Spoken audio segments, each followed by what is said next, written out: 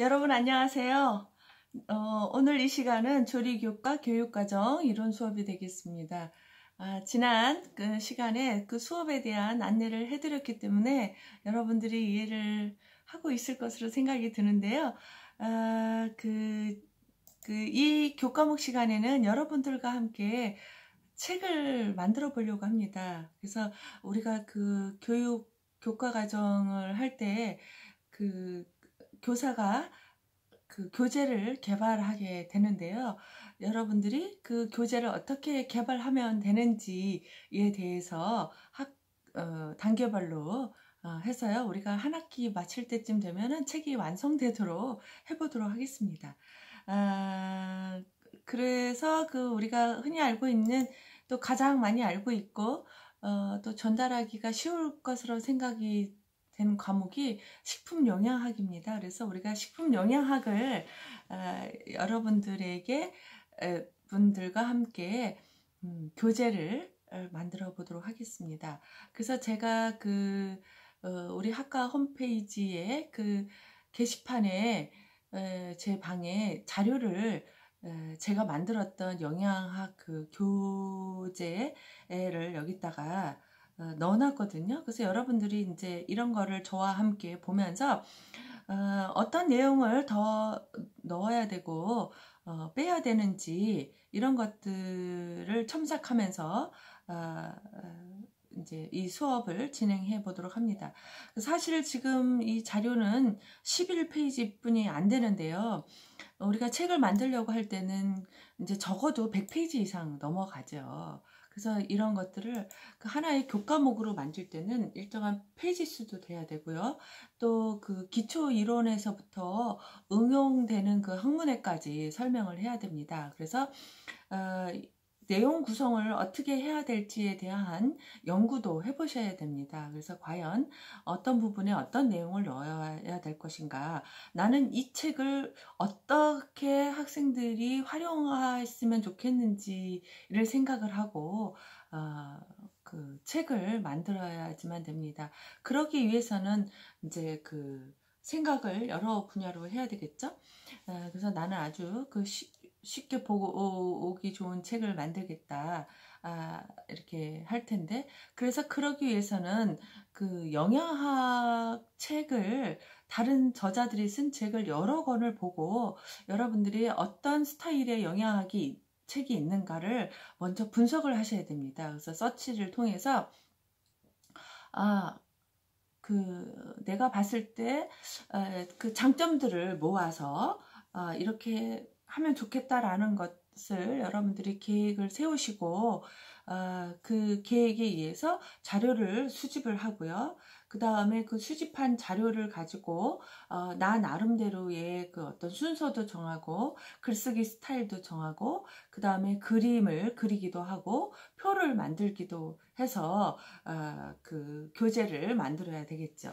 그래서 여러분들이 중요한 것은 이제 그런 내용이 되겠고요. 먼저 그 영양학 책이 어떻게 써져 있는가에 대해서 많은 책들을 보시는 것이 중요합니다. 그래서 도서관에 가셔서 그 기회가 되실 때 영양학 책들을 보시고 그 다음에 그 책의 장단점은 무엇인지에 대해서 여러분들이 저자 입장에서 보시고 또는 학습자 입장에서 봐서 그 책을 분석해서 그 내용을 넣으시면 좋겠습니다.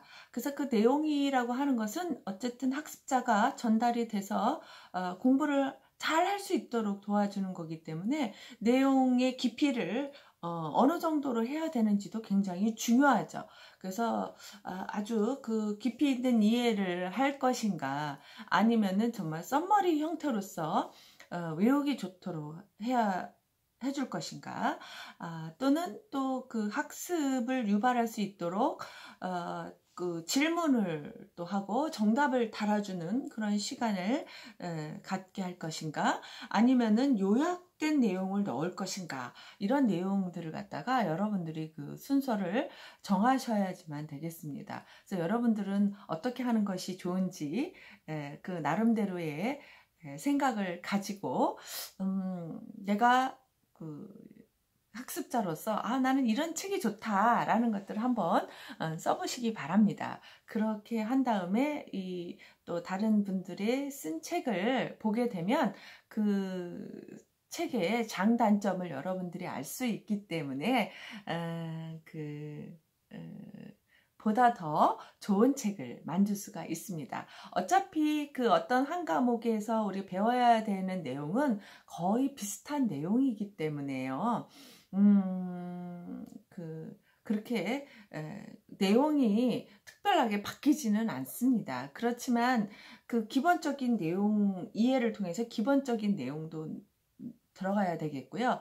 또 최근에 그 어떤 트렌드가 변했다거나 학술 연구를 통해서 새로운 사실이 발견되었을 때는 그런 것들을 넣어줘야 되는 거죠. 그렇기 때문에 최근에 연구된 그런 그 자료도 여러분들이 보셔서 혹시 그 어떤 이론이 바뀌었던가 할 때는 그 새로운 이론을 바꾸어서 넣어줘야 되는 그런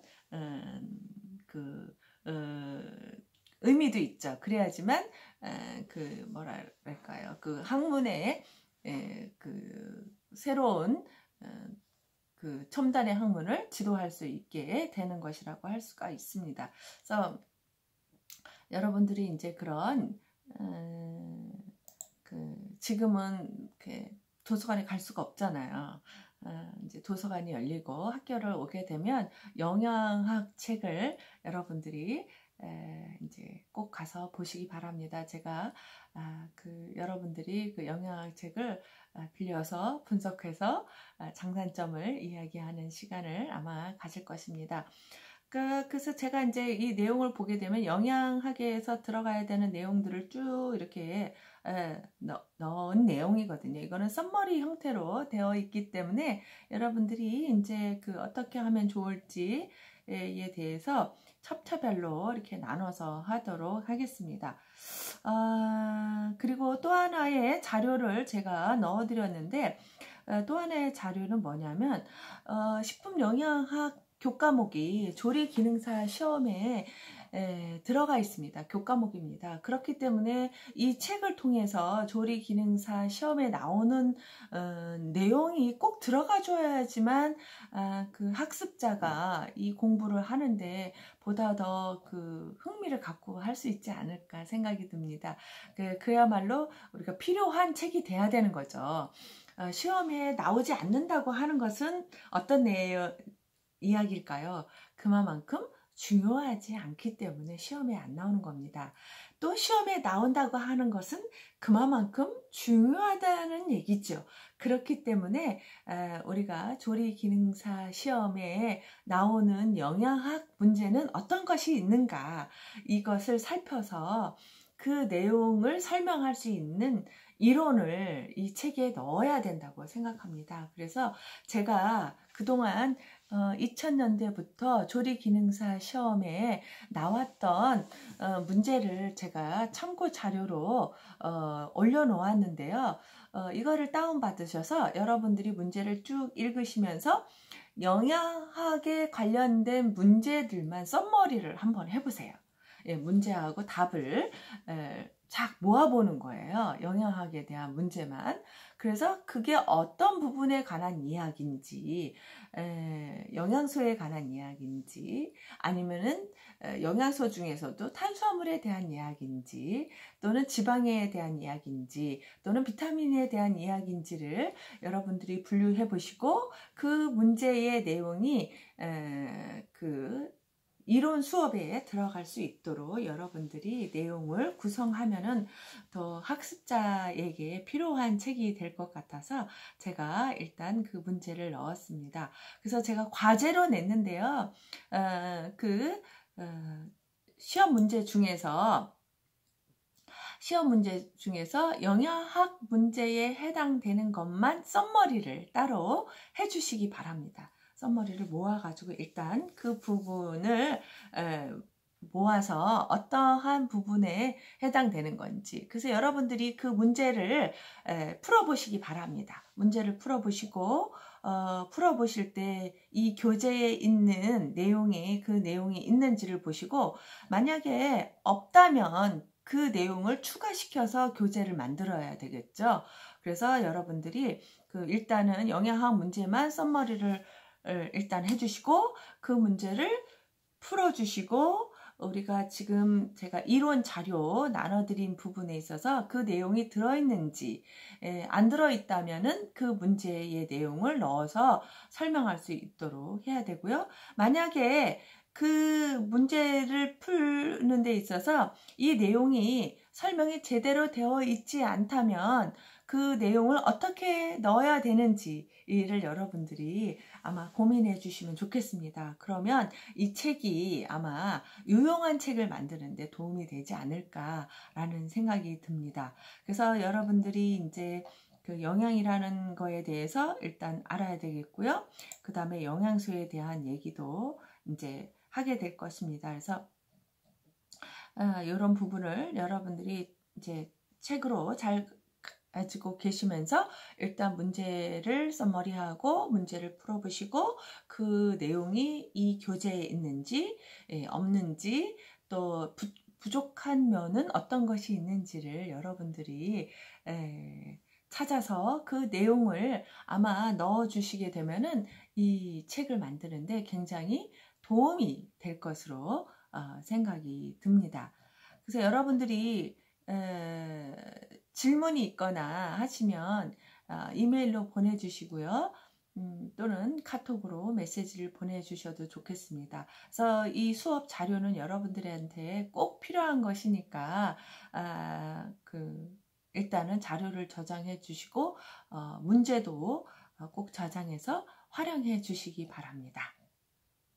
혹시 궁금한 점 있으신가요? 질문을 해 주시기 바랍니다. 고맙습니다.